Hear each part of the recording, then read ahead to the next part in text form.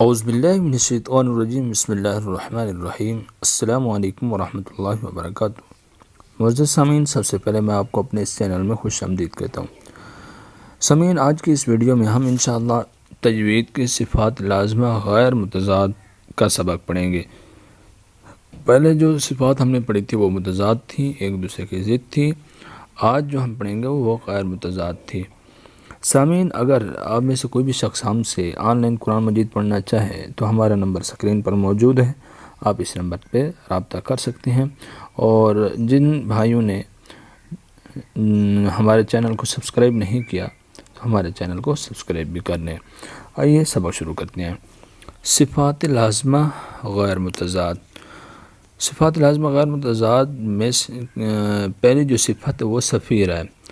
صفیر کا کیا مطلب ہوتا ہے؟ صفیر کا مطلب ہے سیٹی کی آواز، یعنی حرف کے ادا کرتے وقت ایک تیز آواز سیٹی کی آواز کی طرح پیدا ہو۔ یہ صفت تین حروف یعنی سین، صاد اور زا میں پائی جاتی ہے۔ دوبارہ سنیں، صفیر کا مطلب ہے سیٹی کی آواز، یعنی حرف کے ادا کرتے وقت ایک تیز آواز سیٹی کی آواز کی طرح پیدا ہو۔ یہ صفت سین، صاد، زا میں پائی جاتی ہے۔ اور صفات غیر متضاد میں سے دوسری جو صفت ہے وہ قلقلہ ہے۔ قلقلے کا مطلب ہوتا ہے حرکت دینا، یعنی حرف کے ادا کرتے وقت مخرج کو حرکت ہونا، جس سے حرف کی آواز گیند کی طرح اچٹتی ہوئی معلوم ہو۔ یہ کتب مجدین کے 5 حروف میں ہے۔ جب یہ حروف ساکن ہو تو ان میں قلقلہ ظاہر ہونا چاہیے، اور جب ان پر وقف ہو تو اور بھی ظاہر ہونا چاہیے، جیسے محیط، مجید۔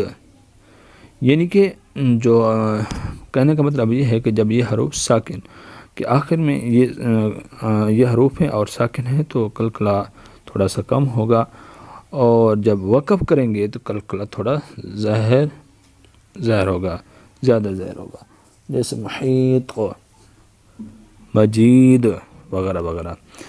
جی سامعین، آج کا سبق ہمارا یہاں تک تھا۔ انشاءاللہ بہت جلد ہی اگلی ویڈیو میں ملاقات ہوتی ہے۔ السلام علیکم ورحمۃ اللہ وبرکاتہ۔